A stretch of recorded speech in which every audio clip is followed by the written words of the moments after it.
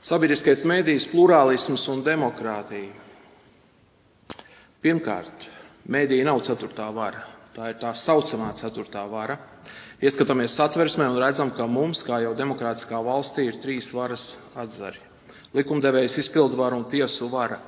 Tā kā mūsu satversme neskata medijus kā ceturto varu, tad žurnālistiem un mediju redaktoriem nevajadzētu izturēties tā, it kā viņi oficiāli valdītu. Vēl vairāk, ka neviens nedrīkstētu viņus kritizēt par sliktu darbu, piemēram, par pārāk vienpusēju, tendenciozu nostāju notikumu, procesu un personu atainojumā. Vienlaiks jāpiebilst, ka mediji de facto ir vara, jo tie spēj būtiski ietekmēt sabiedriskos un politiskos procesus. Kāpēc Vladimirs Putins jau pirmajā prezidenta pilnvaru termiņā steidzās pārņemt visus elektorāli svarīgos medijus Krievijā? Jo no tā ir atkarīga viņa varas noturība. Jēdziens elektorāli svarīgie mediji ir tie, kuri spēj ietekmēt vēlēšanu rezultātus. Pētot daudz gadus Krievijas aso varu, kas masīvi izmanto propagandu un dezinformāciju, esmu analizējis daudz manipulēšanas tehnikas un maldināšanas metodes medijos. Labi, ka daudz kas no tām netiek lietots Latvijā, un tomēr ir problēma. Latvijas sabiedrisko mediju saturs ir visai vienpusējs, ideoloģiski iekrāsots. Tas rada problēmas konsolidētai demokrātijai. Runājot par demokrātiju, jēdzienu konsolidēta lietot tad, kad redzam, ka ir ne tikai nodibinātas demokrātiskas institūcijas, pieņemti likumi, bet valsts pilsoņi prot lietot demokrātiju savā labā un pietiekami aktīvi līdzdarbojas pilsoniskos un politiskos procesos. Ja kāda no sabiedrības daļām tiek marginalizēta ar sabiedriskā mediju palīdzību, tad nevaram runāt par konsolidētu, jeb labi darbojošos demokrātiju. Plaši zināmais demokrātijas teorētiķis, vismaz politologu vidē, plaši zināmais teorētiķis Roberts Dāls ir norādījis, ka demokrātija ir vai nu plurālistiska, vai tā vispār nav demokrātija. Viņš rakstīja par demokrātisko procesu, kā, citāts sākums, vislabāko līdzekli visu to individu labuma vairošanai un interešu aizsardzībai, kur ir pakļauti kolektīvajiem lēmumiem. Tātad par politiku mēs spriežam kā par procesu, kurā tiek pieņemti visai sabiedrībai saistoši lēmumi.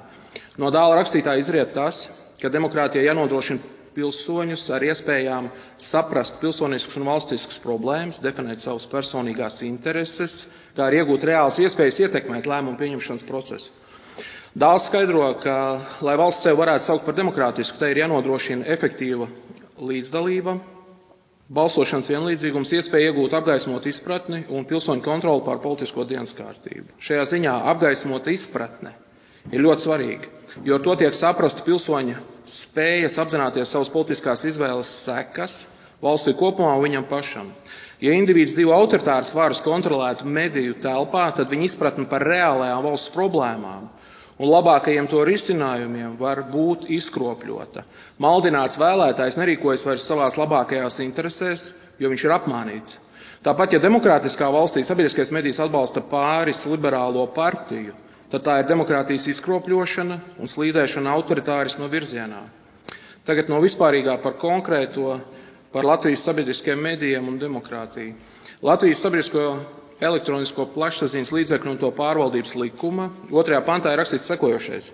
Sabiedrisko elektronisko plašsaziņas līdzekļu vispārējais strateģiskais mērķis ir stiprināt Latvijas demokrātisko iekārtu. Es atkārtojos jau izskanēja definīcija, bet tomēr es lasīšu vēlreiz. Vārda brīvību un Latvijas iedzīvotāju sajūtu, ka viņi ir piederīgi Latvijai, kopt latviešu valodu un nacionālo kultūru saskaņā ar satversmi, šo likumu un citiem likumiem.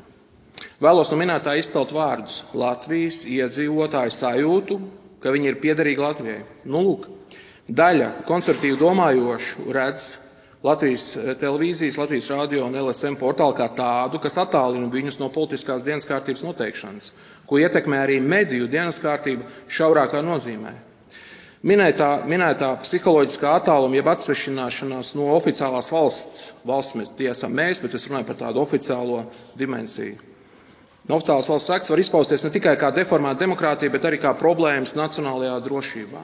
Jau sen zināms, ka arī Krievija strādā pie šīs plaisas padziļināšanas Latvijā. Runājot tautas valodā, var teikt, ka konservatīvie tiek padzīti no mikrofona un izstumti no studijas.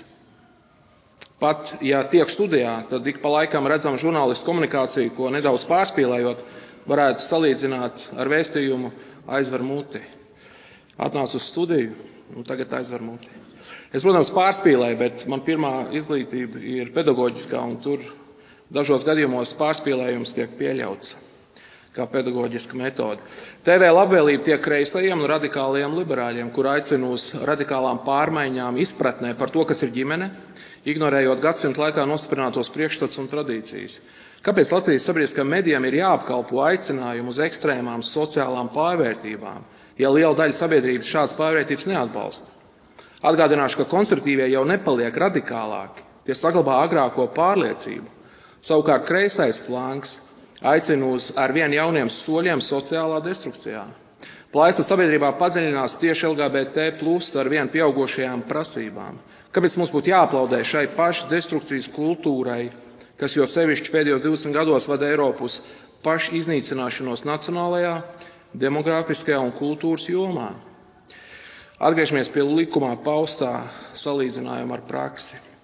Latvijas sabiedrisko elektronisko plašsaziņas līdzekļu likumā ir 3. pāns, kura 1. punktā ir teikts, sabiedriskie elektroniskie plašsaziņas līdzekļi ir brīvi no politiskas, ekonomiskas, atsevišķu interešu grupu un citādas iejaukšanās to darbībā.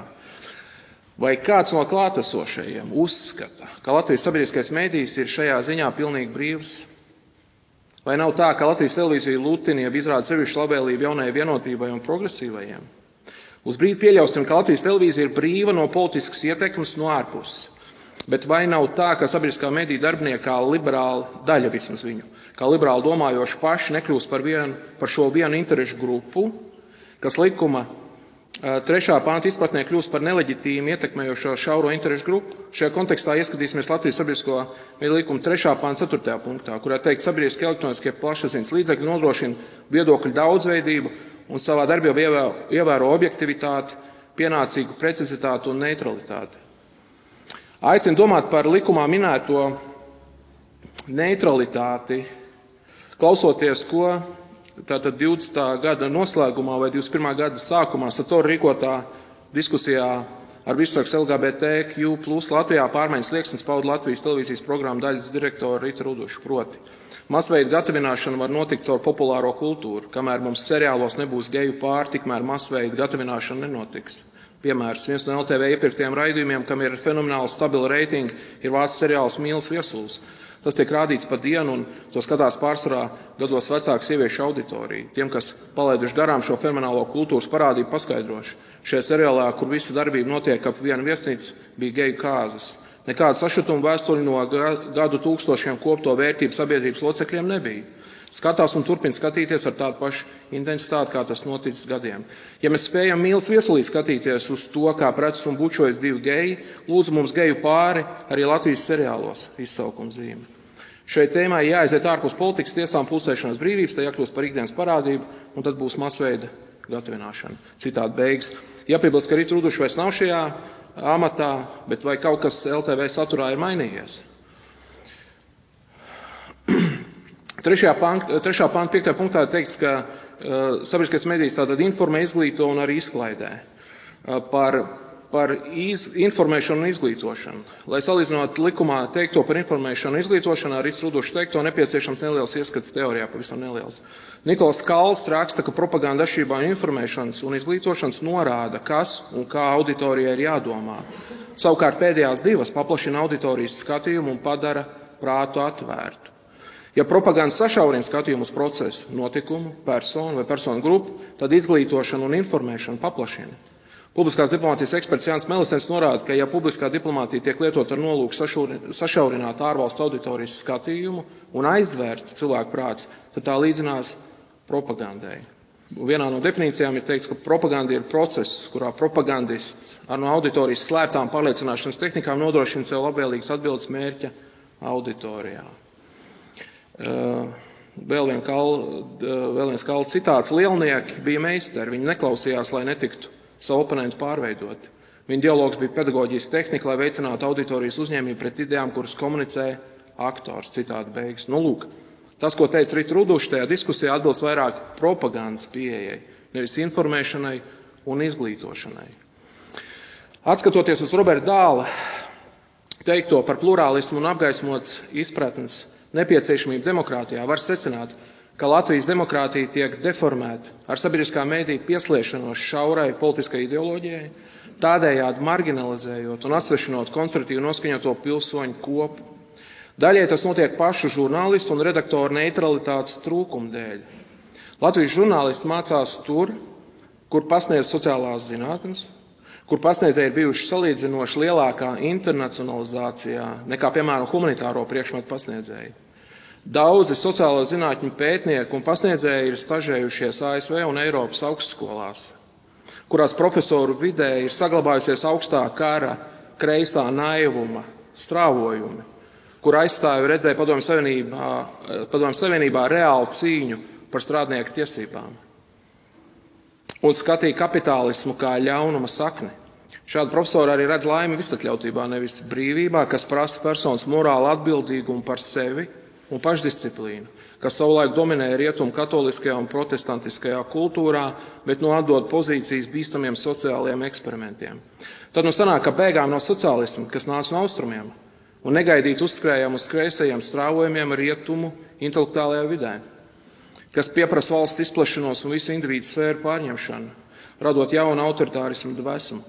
Šāda kreisā doma ved valstis etatismu virzienā, kas saskan ar lozungu valsts ir viss. Valsts atbildības joma pieaugums sašaurina individu brīvības. Ja jau valsts par visu atbild, tad es ne par ko neatbildu. Un nobeigumā. Medijas darbojas kā sociālais aģents vispārējā individu socializācijas procesā. Un kā aģents šaurākā tas ir politiskajā socializācijā, kurā veidojas individu priekšstats par viņam pieņemamo un tīkamo politikā. Tas attiec arī uz politiskās ideoloģijas un to pārstāvošo politisko spēku izvēli.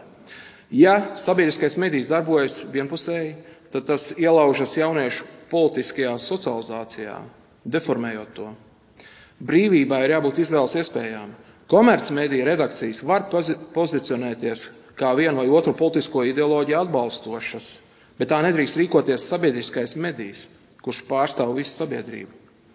Ja Latvijas televīzija ierobežo konservatīvās domas izplatīšanu, tad ar to tiek uzspiests tāds pasaules redzējums, kuram, protams, ir tiesības uz eksistenci pluralistiskā demokrātijā, bet ne monopola tiesības uz mikrofonu un TV studiju.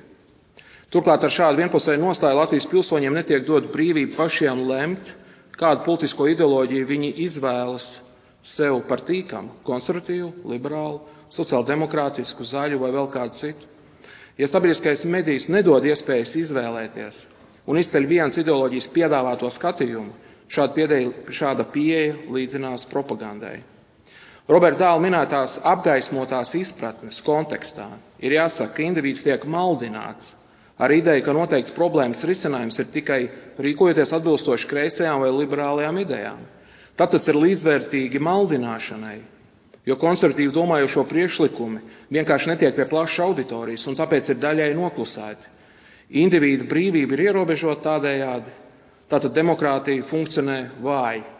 Aicinu to mainīt. Paldies par uzmanību.